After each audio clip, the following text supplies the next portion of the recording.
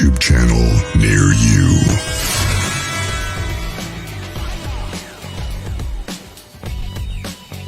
Well, Moon and Loon, Lulu, Sunny, Gary Spikes, Leona King, Rebecca, you got that tow truck on standby, do you?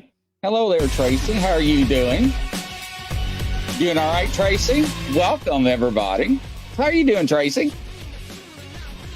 Oh, you're muted. Unmute yourself. Oh, gosh. There you go.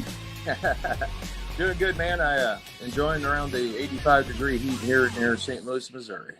Right. Nice. Hello there, everybody. Welcome. Round of applause. So, yeah, Kathy A. and Paranormal Pixie. Nice to see everybody. So, what we got cooking on today there, kind sir? So today I reached out and found Southwest Souls Paranormal Investigations out of Tombstone, Arizona, Darby and Lena. Really? Oh, I like. I accidentally hit a button there. Sorry. I was like, what's going on? Yeah, that's interesting. So, it seemed like good people, and I thought we'd have them on. Talk to them. Yeah, let's go ahead and bring them on. Welcome. Come on down. How y'all doing? We're good. Hello. So, introduce yourself and tell us all about you and how you got involved here. I'm Darby. And I'm Lena. And we're Southwest Souls. We're based out of Tombstone, Arizona. And You want to start? sure. Brunettes first. How did we get started? Well, we got started. We've been best friends for 25 years. yeah, at least. Oh, wow. Yeah. Mm-hmm. Yeah. And I'm a born clair. I'm intuitive, claircognizant. And so born that way, I basically learned of my skills roughly about when I was about 3 or 4 years old. I would sense things around me, and I was afraid of the dark and didn't really know why, but I could tell that there were people around me that I couldn't see. And I would tell my parents that there would be somebody there, and nobody's there. How do you describe that when you're, tiny little kid? Right. And I know there's nobody there, but there's somebody there. And they didn't believe me until we moved into a house when I was about 5 years old, and they started getting the idea. But actually, I'll rewind before that. We had rented a house when we first moved to Tucson, and I would sense a man standing at the foot of my bed in the doorway, and I would have to wait until he moved out of the way to run across the house into my parents' bed. And I would crawl in bed with them. And I remember one night, I was laying in the middle of them, and both of their backs were towards me. And I remember somebody scratching the top of my head. And so I pulled the covers over my head, and I told them the next day, and both of them were looking at each other like, well, it wasn't me. It wasn't me. Moved into a house, and they started getting glimpses out of the corner of their eyes of movement. And I had 2 older sisters, and I went through that whole Barbie doll phase. And I went through the phase where I would dress them every night and put them to bed. And the next morning, they'd all be dressed and put in different positions. And so I'd go yelling at my sisters, "Quit playing with my Barbie dolls!" And they were teenagers, and they were like, "I didn't touch your Barbie dolls," And it would happen whether they were there or not. And they would always be in these scraggly old Barbie doll clothes. None of the new stuff, none of the nice stuff, and always in the old Barbie chairs and stuff like that. And I was throwing fits all the time. And it kind of came to a head whenever my sister started locking her door, and she would come home and her jewelry would be spread out all over her bed. Whoa. And she would come out of her room and be yelling at me for going in her room and playing with her stuff. And my mom would tell her, "She's been with me all day." And I would tell them, it's the little girl. She's playing with my stuff. She's playing with your stuff. She's playing with all of our stuff. It's the little girl. It's the little girl. And I couldn't see her. I just knew. And I knew it was a little girl. And then there was the woman. And couldn't see her. I don't channel, so I don't talk to them. I just know. And she would come at night and I would hide under my covers and she would sit on my bed. And I could feel the full indention of her sitting next to me. My bed would sink down and she would sit there. She wouldn't touch me. She wouldn't do anything. She would just sit there and scare the heck out of me until I fell asleep. And when we moved out of that house, whatever it was, followed us. And it always stayed far enough away that I couldn't get a grasp of which one it was. But we think that it followed me, attached itself originally to me, and followed us around to several houses. And when I got to be in about high school and was boring, it attached itself to my Barbies. And we put those up in the crawl space, and eventually my mom, she believed that that's exactly what was going on, and she ended up getting rid of the Barbies. I don't know what she did with them, but after that happened, the attachment went with it. And of course, my gift stayed with me. I can still go pretty much past any place and let you know if there's something in it or not. I can go into any room, let you know what's in there. We call it my spidey senses. Right. I can tell you if it's a male, if it's a female. When my spidey senses are fully on, I can tell you their mood. I can tell you pretty much what they're feeling, if they're agitated, what kind of what kind of senses they're, I can pretty much tell you what's going on with them. I just can't channel them. I can't actually speak to, what, but yeah. And that pretty much is what led us into what we're doing. We're able to, with that, I remember the first time. She's a goober. I remember the first time with her, they were living out on a ranch, and we were out horseback riding one day, and she was showing me some of the haunted places around the property. And I told her, I was like, oh, there's spirits in that place. She goes, really? I said, yeah, come on, let's go in there. And she goes, all right. So we went in there, and I was like, in here, in this room, there's something in here. And she goes, I was like, yeah. I was like, can you knock and let us know? And we're talking, this was back in like early 2000s. Yeah. And I was like, can you let her know that you're in here? And it started making some noises. And she goes, okay, yeah, we're done. The web chair. No. So before we go too much further, when you're talking about the attachment and all that stuff, and you moved, and you had all that stuff at that house, did your family ever dig into what was in that house, what could have happened in that house? No. This was back in the 80s. Yeah. And this was way before any kind of anything was popular. Any kind of ghost hunters, any kind of paranormal anything. You know what I mean? So, yeah. I mean, my parents, mind you, I was in early elementary school. And whenever we moved in high school, my gifts started amplifying. That attachment was to my Barbies at that point. But my gifts started going into different directions. And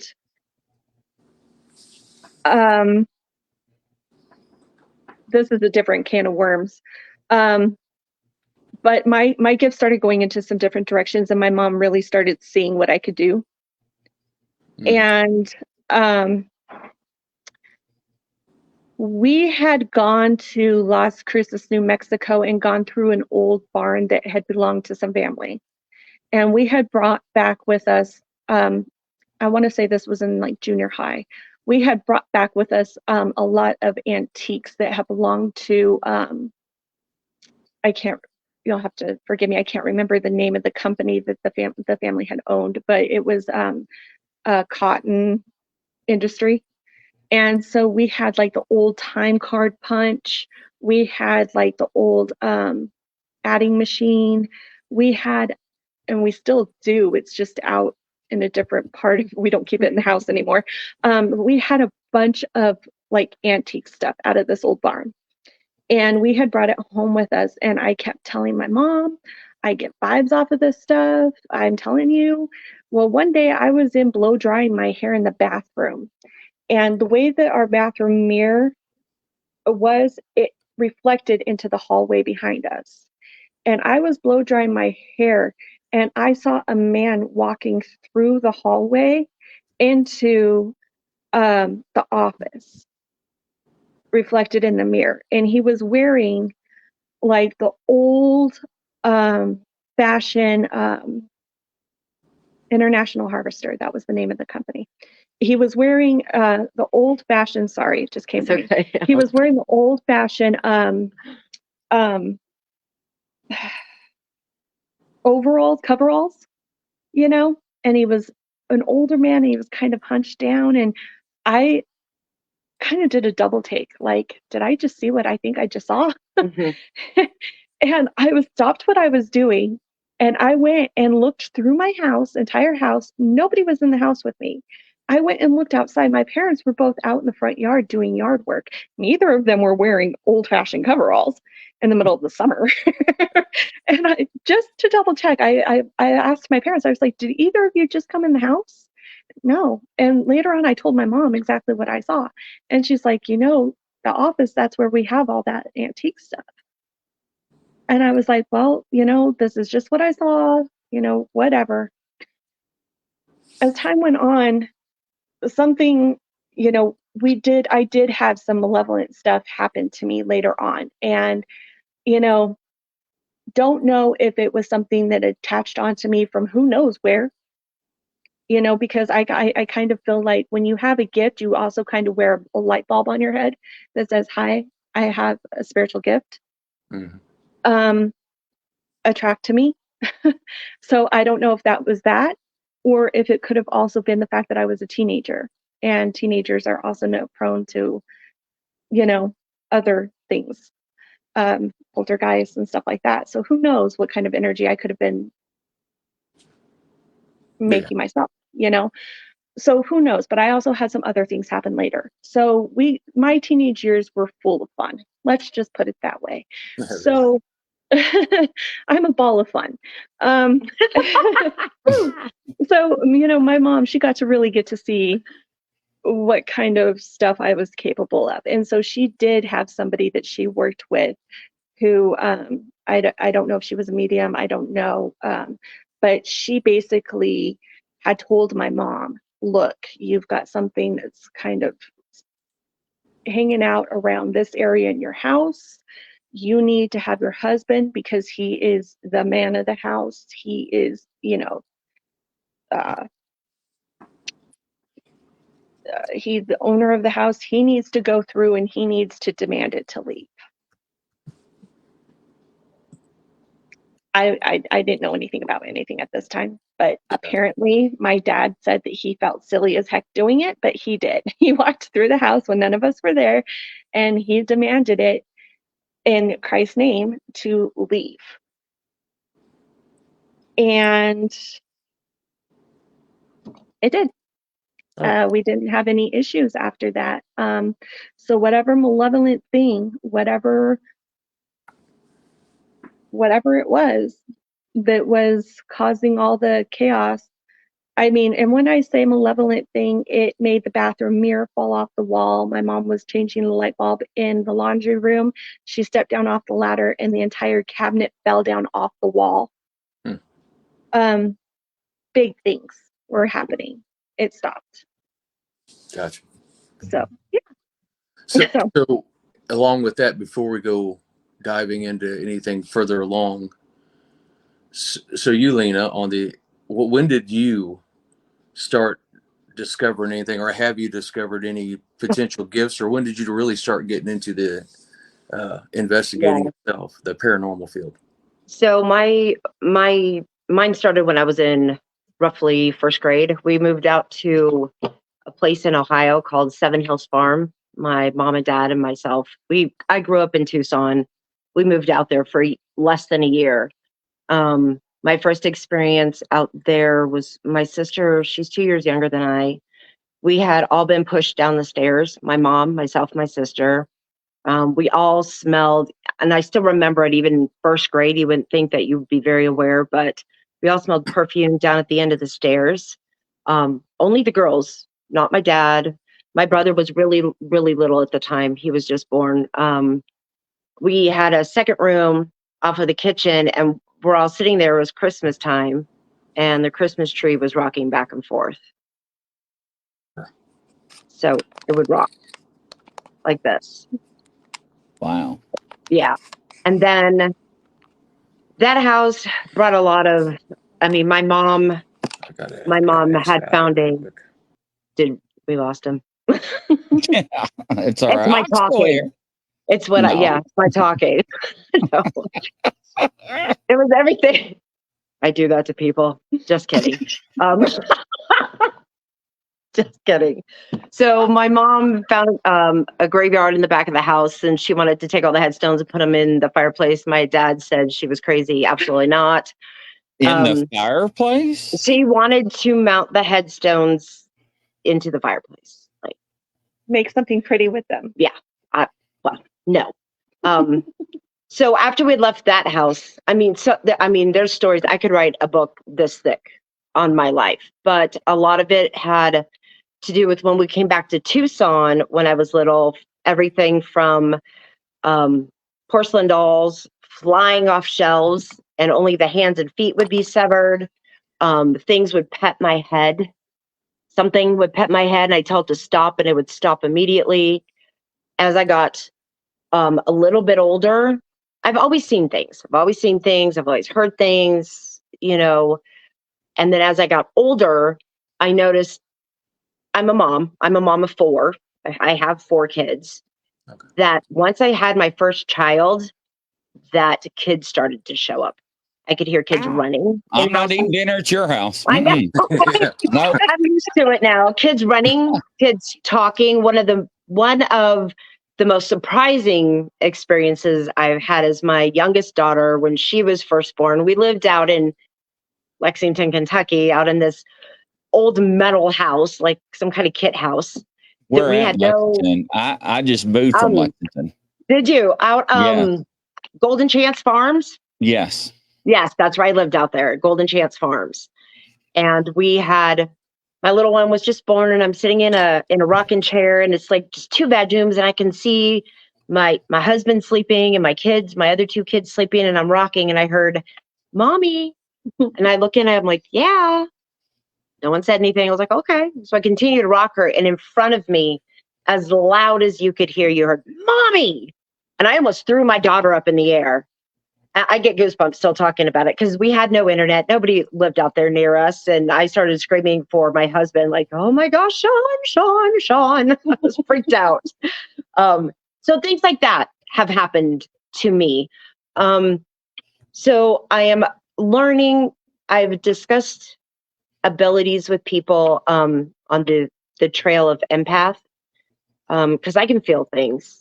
I just have the sense of things. I can feel emotion when I walk into a room, heavy emotion, when everybody could just be standing there and I can feel it. We did a investigation not too long ago where I had walked into one of the rooms we were investigating, and I sat down. I felt like I was drugged.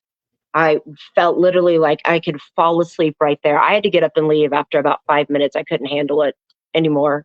I was like, I don't know what's in here. It wasn't per se bad, but I had to leave. I was like, it was dragging me down so heavily. I was like, what in the world is this? It was really, it was very effective, whatever it was in there.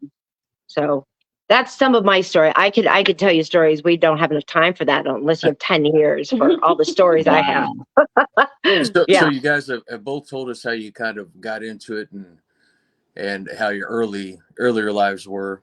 Mm-hmm. So, and you say you're best friends, and that's awesome. Glad to see you guys doing this together. When did you guys decide, hey, we're going to go investigate and we're going to get into the paranormal? We feel we have gifts, blah, blah, blah. We're going to get into that paranormal field. When did you guys decide you were going to do that? And tell us about your first hunting experience. We started actually doing it several years ago, but there wasn't really anything. There weren't actually like a lot of teams or anything. It was just us doing it. So it wasn't really, there weren't like teams per se. You know what I'm saying? There weren't all these teams on the internet and everything out there. So it was just kind of us like, hey, we can check it out for you kind of thing. You know what I mean? Like, your house is haunted. Do you want us to come over and check it out? Kind of thing. And I would say that that's just kind of how we started. Just started, It wasn't like we had a group. We didn't really have a name. It was just Darby and Lena. So when you did start, I'm assuming, did you guys use any type of tools like dowsing rods or anything like that? Just flashlight? Mm-hmm. Flashlights and us. Okay. I mean, the old school, literal old school way. Like, it was just pretty much us, knock. Can you make a noise for us? I mean, it was pretty much be quiet, listen. Listening was our tool. Yeah. Listening and you watch like the old school back in the day ghost hunters when they first came out. Mm-hmm. That was kind of like how we did things, because that was pretty much how else did you do things back then? You know what I mean? Yeah. I mean, that there wasn't really any other tools back then.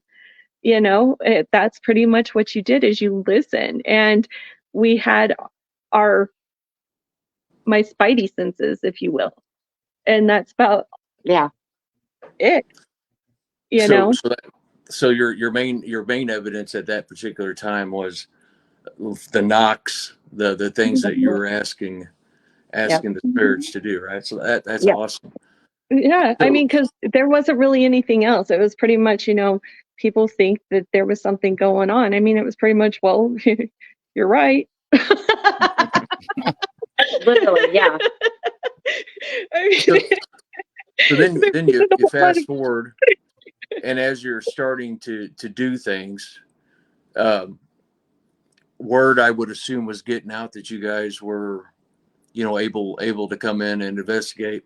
Did you happen to, in your early days, not the beginning, but in the early couple years, did you ever go in there, and did anybody ask you to cleanse their home or find out what's going on? That's the reason they want you there. And that's a two-part question. Number two, were you able to help them in any way? How did you help them? Honestly, we've talked about this, and knock on wood, we've never come across, knock on wood, we have never come across anything like truly malevolent. Everything that we've mostly come across, we call it like the noisy roommates. Or playful. Yeah, like, like the noisy roommates, the making themselves known, the like Aunt Edna's, still here. She just wants you to know that she's still here, kind of thing. Yeah. EVPs, like that was the next thing that kind of came out after the knocking and everything. That was kind of the next step of things that kind of came out after, can you knock? Can you let us know you're here? EVP started coming out with the flashlights and stuff like that. So that was kind of cool.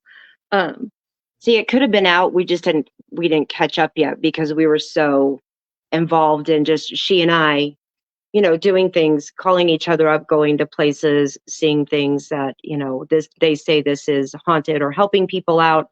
Nothing ever has been aggressive or angry, or we never found anything for the need to take any other action. Mm-mm. Or have anybody come in and take any other action. Mm-mm. We haven't, it's really funny. Like, we know people, obviously we have a lot of friends. We have friends that are demonologists. We have friends, and we're very open to, we're always learning.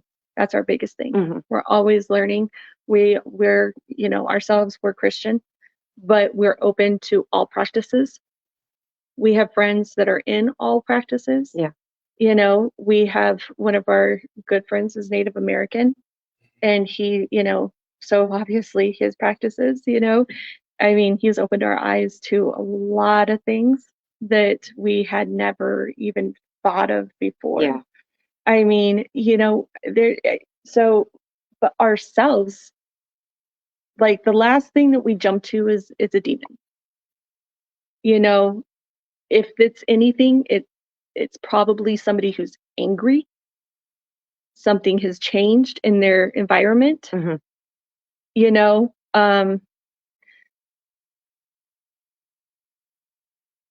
Example, maybe it's their house that they built. They may have remodeled something.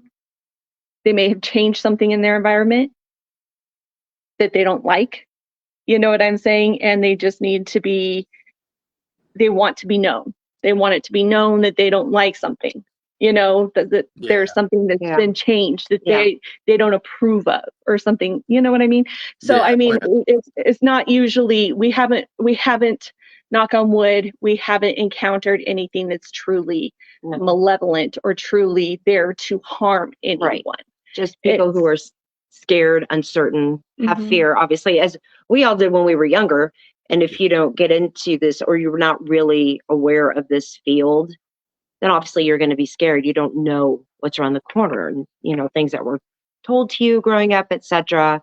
So we go in to help them understand, like, look, we're here to help you, and you could be remodeling. We ask a ton of questions of what they're doing to the house, if they change anything, the yard, the kids, everything. I mean, a gamut, and then try to debunk things too that are happening. Yeah. So which one of you all has activity right now at home? Okay. So you're the one with the dreams. With the dreams. So, I dream. Yeah, I know. I'm picking that up. So let's talk about that for a minute. Well, that's nutty. So yeah, I've been having. Look at her. She's like, what? I'm like, wow, wait, what happened here? Poor Tracy's like, here we go. Now I promise I won't do a reading on the air, Tracy. I promise. Hey, you can do whatever you want. I'm just like, what's going on with her? I didn't know who it was at first. I just picked because she's got a lot of energy and she's got a lot of energy. I'm just curious. All right, go ahead. Well, I do have dreams. I tell my family when I wake up from dreams, I'm like, I don't even know what that was. What the frack was that?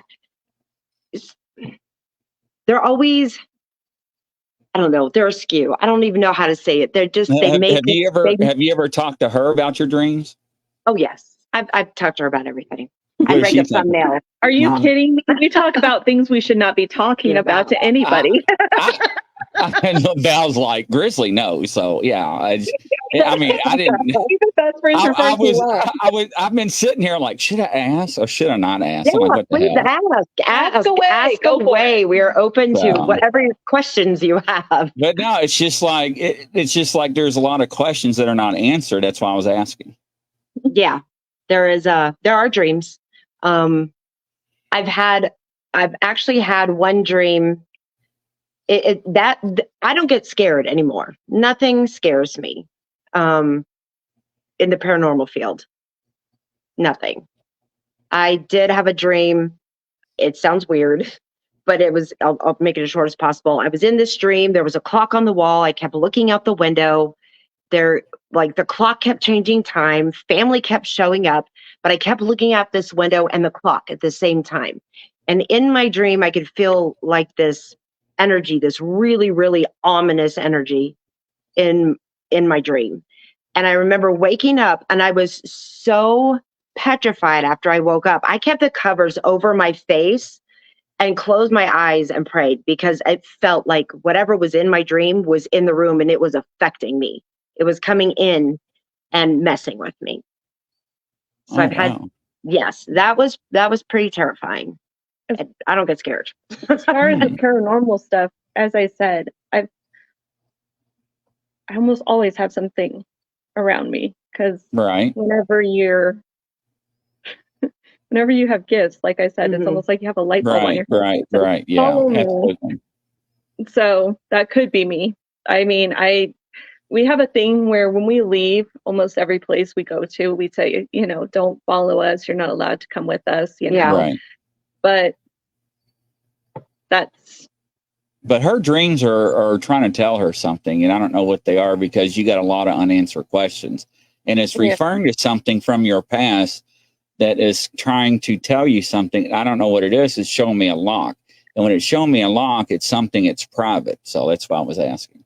You know what, though? She just did a past life regression thing when we went to Bisbee. Because we went to Bisbee for a paranormal, it was a birthday where a bunch of teams, see, this is what I'm saying. We need to start doing lives when we go do this crap because a bunch of teams rented out the entire hotel and it was Castle Rock Inn. It's a haunted hotel and all the teams rented out every room of the hotel. Mm-hmm. It was great. And we did paranormal investigations at the hotel all night long. And we did one of our friends is a medium, and she did a past life regression up in one of the common rooms. And she did it. She wasn't a witch or anything, right? Burned at the stake or nothing like that. No. Here's the correlation where this transpires. I had a vision in my kitchen about 4 months ago. I was standing in my kitchen. I was looking out the window, minding my own business. And I literally leapt out of myself. I was somebody else for about 2.5 seconds. She was somebody from the past. I'm thinking the 50s in my head. She had an apron on. We did the past life regression and I was sinking deeper and deeper into that. And what came to me through that was I was murdered. I was a woman who was married, who was murdered in like her dining room in her house. By her husband. By her husband. And how was you murdered? By a knife. She was murdered. I didn't have any kids. I was just a housewife and I was. And what's funny about this is when she had told me right after she had this whole thing happen, before she did the past life regression, I told her, I said, I bet you anything that was your past life because I just knew that that's what it was. And she's like, no, I don't believe in that. What do I know? I'm, just claircognizant. I wouldn't know. I was a housewife again. So I don't know. I mean, you could have the nail on the head. I mean, I have a lot of unresolved things from the past. So there is a message, and it shows me there's a creative beginning that you have to come to. But it also shows me there's a judgment and a rebirth. So that is something from your past that is an inner calling. That's also an absolution that you have not fulfilled. That is something that's tucked away, that is not resolved, that that you have not released. So that is something personal that has happened, something like a trauma. I don't know. But it's also showing me that you lost some faith in something and in your past. And it's caused some discernment. So, and I'm going to stop there because it showed me the lock again. And you know what that means. Yeah. So I'm not going no further. So it gave me confirmation. So, yeah. Mm-hmm. But after you release that, then a lot of things will come to you. Okay. And it's also showing me it's going to open the door to your gifts as well. Ah. Okay. So, thank you. sorry, Tracy. Like, what the hell, Grizzly? No, hey man, it's all good. Do whatever you feel you got to do. Love it. I had mine read last week by Ane Shin. She was on our guest. She actually joined the crime team, by the way. Oh, really? Yes, she's on the board of psychics now. Oh, that is awesome. I'm glad. Yeah. She does the unsolved crimes and unsolved murders and missing people now. So, Oh, good for her. That is so Good. cool. Yes, it's much needed. So we discussed how you guys got together. So when you guys got together, back in the early 2000s, a while back, was that the start of Southwest Souls Paranormal, or was that later on? That was later on. Southwest Souls, we've just been Darby Lena. I think Southwest Souls actually took root only about like a year ago, to be honest with you. And that was because people were like, all these groups have started within like the past 20 years have started taking root on online, social media, the internet and everything. And people have been saying to us, why don't you guys do this? Why don't you guys do this? Yes. And we're like, and we're not name droppers, but we have a certain friend that actually came last year to investigate with us, just fun investigations. And he was actually talking about their group, which is very well known. And he was talking about their mission and what they do. And their mission is specifically to help people. That's all they do. When they go and they do Paracons, they never accept money. The money is strictly just to go towards, usually towards, buildings in the area that need to be, what's the word I'm looking for? Rehab. Yes, cemeteries. You're on it. Yes, thank you, because I'm not. Stuff like that. And I was like, that's awesome. And he's like, yeah. And he's like, you guys should really go think about getting on Facebook or, stuff like that. And I was like, And so I talked to her, I was like, why don't we just put our team together? Why don't we just go ahead and put a team together and get online? And she's like, all right. And I was like, let's just do Facebook. Yeah. Because we're not really into doing, live videos, or not really like putting our face out there and stuff like that. We're not trying to get famous. We're not trying to do anything. Our biggest goal is literally always just been to try and help people. That's it. And so I was like, and she's like, okay, let's do it. And so we did. And what we've noticed is we mostly just collab with people. Mm-hmm. You know what I mean? That's been our way of kind of, and all of a sudden our name is spreading like wildfire. Which we're not sad about, because the more people we can help, the better. Yeah, like that's great. Yeah. And it's mostly been our peers, and that's cool. And because that's where we like to be. You know what I mean? Is to us, respect among our peers is the biggest thing to us. Yeah. Because that's awesome. You know what I mean? If we can have respect among our peers, that tells us that we're doing something right. You know what I'm saying?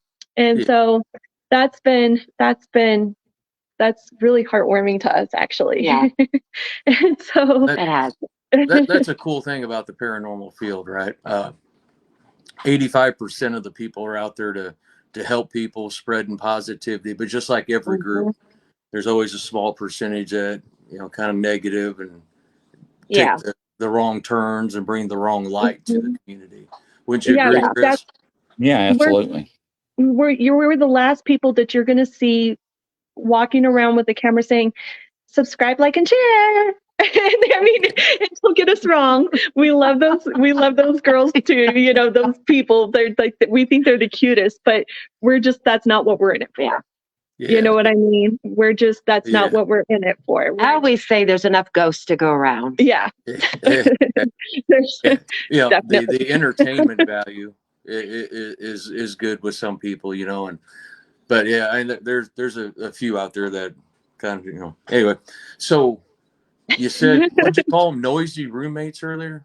The ghosts? Yeah, that's what we call them. Grizzly, I'm pretty sure that's what I will come back as. I don't know. What do you think? What are you going to be? He's like, yes. I would be that pest that would jump on your bed late at night and flush your commode and lights. Val, for audio listeners, is asking both you all, have you had any cryptid sightings? Cryptids. Oh, goodness. You know, not that I know of. Cryptids. Bigfoot, Dogman, Chupacabra. Mm-mm. Oh, I know. At that house, Mothman. Let's hear about it. Let's hear about it. You'll remember when I tell you. Okay. The same house, Seven Hills Farm. Over Seven Hills Farmhouse over in Ohio. When the Mothman, it was during the years in the 70s when the Mothman experience. This is way before I even knew about Mothman. I was too young to know about Mothman. My sister, myself, and my brother, we all shared a room upstairs. We had this big picture Victorian window on the second floor. And I'll never forget watching this thing with two gigantic red eyes kind of go up and look in the window at us and just kind of like flit off. And I remember running down, Mom, Dad, there's something. And of course, Dad goes to look and he's like, it was probably a raccoon. I'm like, with eyes this big? Dad, really? A raccoon. So a raccoon. There's Dad for you. Dad. It's a raccoon. Even on the second floor, Dad. But that transpired. Never got that out of my head. My sister and my brother, we still talk about it to this day. And then when the Mothman started coming out, the whole people's sightings and stuff, when I got older, I was like, holy cow. That was around the areas that the Mothman was being seen even. Did it look like that when it flew off? It was a shadow. You couldn't see. You saw the big red eyes, and it was a dark silhouette. And the way it flitted off, it didn't just like, hey, it went right like a bat. And I didn't think anything of it. I just thought, oh my gosh, there's something coming into our house. So in my looking back, hypothetical situation, Mothman. I actually see you and you screamed. Yeah, I actually see her doing it. Yeah, I'm actually in her head right now. She's screaming. Yeah, yes. She's screaming. Yeah, that's pretty wild. So yeah, so that's the a raccoon experience. Yeah, a raccoon. You ever see one like that? Let me know. Yeah, right. I've seen a lot of raccoons in my life. Not like that. Right. That's interesting. Yeah. Okay. I can't think of anything down here otherwise. Down in Arizona. So Darby, one of the cool things about in our community is, you know, the outsiders looking in, and some people might think, hey, those guys are full of BS, whatever. But you're actually a college honors society graduate in psychology, right? Yes, sir. So that is pretty cool. and that helps our community out as far as, you know, correct me if I'm wrong, Grizzly, but that brings with that stuff, people that are like that brings more credibility, I believe, to us. And absolutely. Opens it up to other people that might be on the fence, you know. And as you guys stated, over the last 20 years, it's blown up, especially over the last 5 or 6 years. It's really, really blown up. So that's good. Now, Lena. Yes. You are a 25-year veteran in acting and stunt work. Yes. That is cool. She's our can girl. Getting a little bit away from the paranormal, and I apologize. So that's where she's got her injuries from. Okay. You're not wrong. No, you're not wrong. You're not wrong. I started acting and stuff when I was 23 years old, doing stunt work, can, dancing, singing, and kind of done myself in. But I said I won't stop until I'm really done, like broken, done.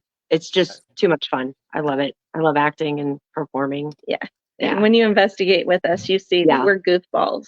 That's one thing about us that we bring to the table. Everybody who has investigated with us tells us that we're goofy. I'm a little dingy sometimes. Not gonna lie. But we prefer to make it more fun. Yeah. We talked a little bit before the show about the Tombstone area, and one thing that intrigues me is ghost towns, because you grow up, you watch like the Brady Bunch, they go through a ghost town, right? Cartoon Scooby-Doo's always in a ghost town, and you stated that there are a few within your area, and your plan is, correct me if I'm wrong, you're eventually going to get to a couple of those ghost towns and do some hunts there, right?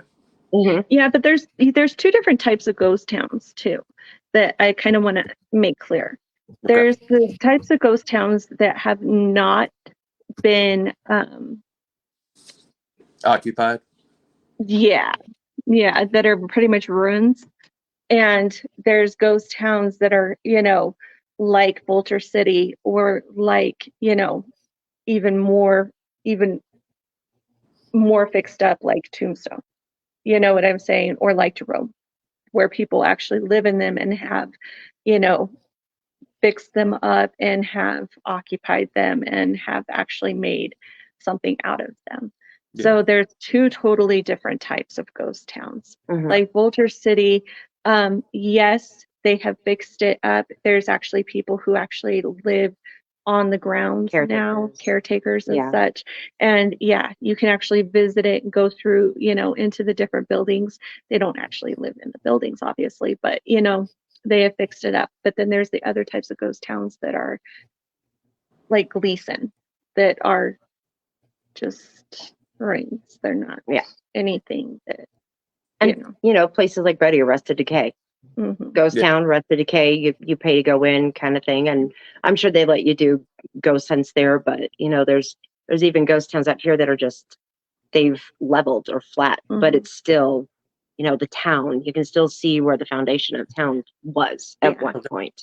Yeah. So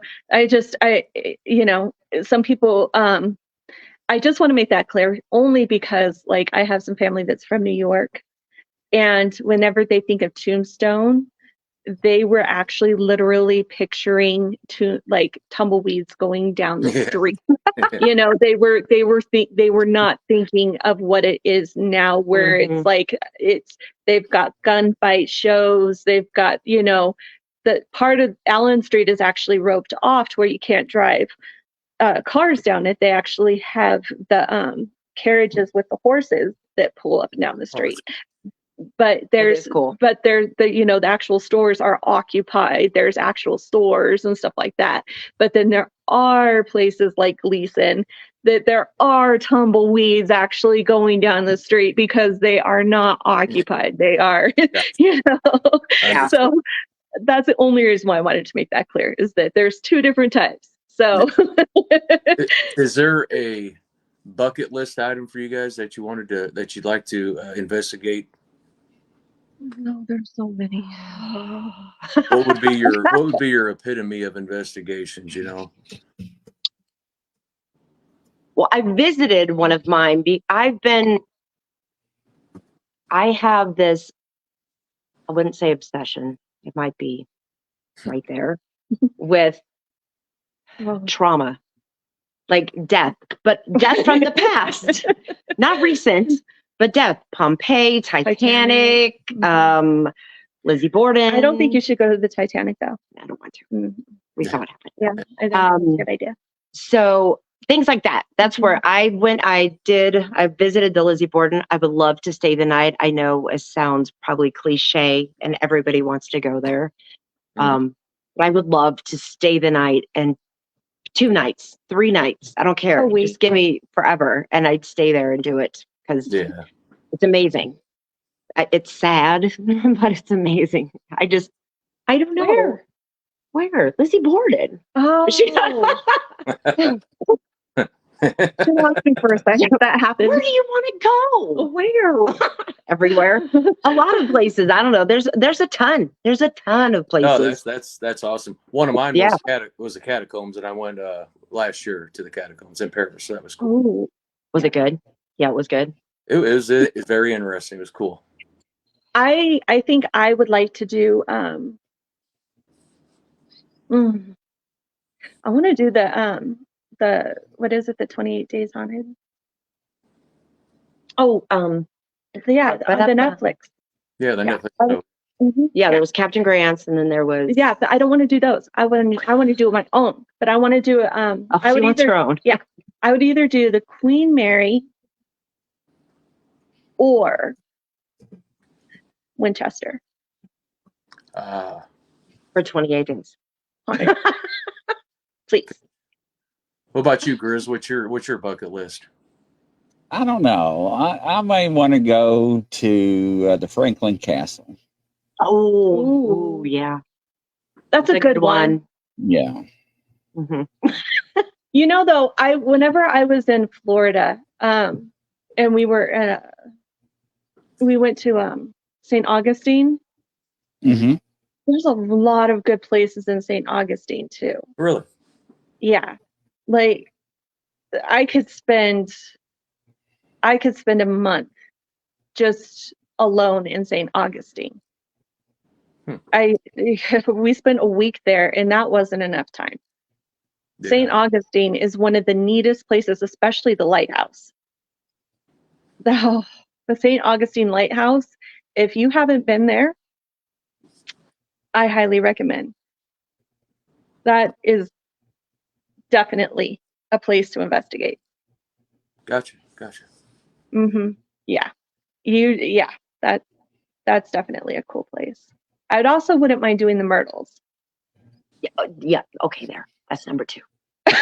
Myrtles. I forgot about the Myrtles. Number 2. I mean, we could sit and do this all day. Now, do you have any investigations coming up soon in the next couple months or so? Oh, yeah. Yeah, Clifton, for sure. Yes. We Okay. have Clifton that we're going to be doing. Yeah. I'm disappearing for about 4 weeks to 2 weddings in Nevada, 2 Mhm. family members of mine. So we'll be on hiatus for that long. Yeah, and we've been juggling with the idea of me possibly going over and meeting her while we're there, and because of the area that she's going to. Is awesome. Tell them where. Reno? Yeah, Reno and Carson City. Oh, Yeah. Yeah, and so there's lots of neat little hot spots in that area that so we've been juggling with the possible idea of me going over and meeting her, but yeah, that'd be cool. My sister lived in the old governor's mansion there. There was 2 brothers. One was governor, and they had back-to-back twin houses. And she lived in one of the houses that was actually in a TV show back in the 80s. And it was haunted. It was bloody haunted. Oh, yeah. It was insane. Oh, Interesting. old school. Yeah. yeah. Well, what are you thinking, Grizz? Yeah, absolutely. So how does people find you and follow you, ladies? Southwest Souls on Facebook. And right now, that's about it. We are toying with the idea of possibly getting onto TikTok and possibly doing some lives when we do our fun investigations. But Right now, Facebook. Yeah. Mhm, Southwest Souls Paranormal Investigations. that is the easiest and best way to find us, message us, ask us questions. Mhm. And we have an email. SSPI Darby Lena, right? That's to get us personally. Yeah. If you want to speak with us personally. Yeah. Yep. Gotcha. SSPI Darby Lena. But if you want to follow us, our actual paranormal team is Southwest Souls Paranormal Investigation on Facebook. And what's your all's email address? Southwest Souls Paranormal Investigations at gmail.com. Wonderful. Awesome. Well, thank y'all so much for joining us tonight. Ladies and gentlemen, don't forget, we got a show at 9:00 p.m. Eastern. So from coast to coast, we'll see y'all shortly. Thank you all. Good night. Yeah. Thanks for having us. Bye. Bye-bye. Bye.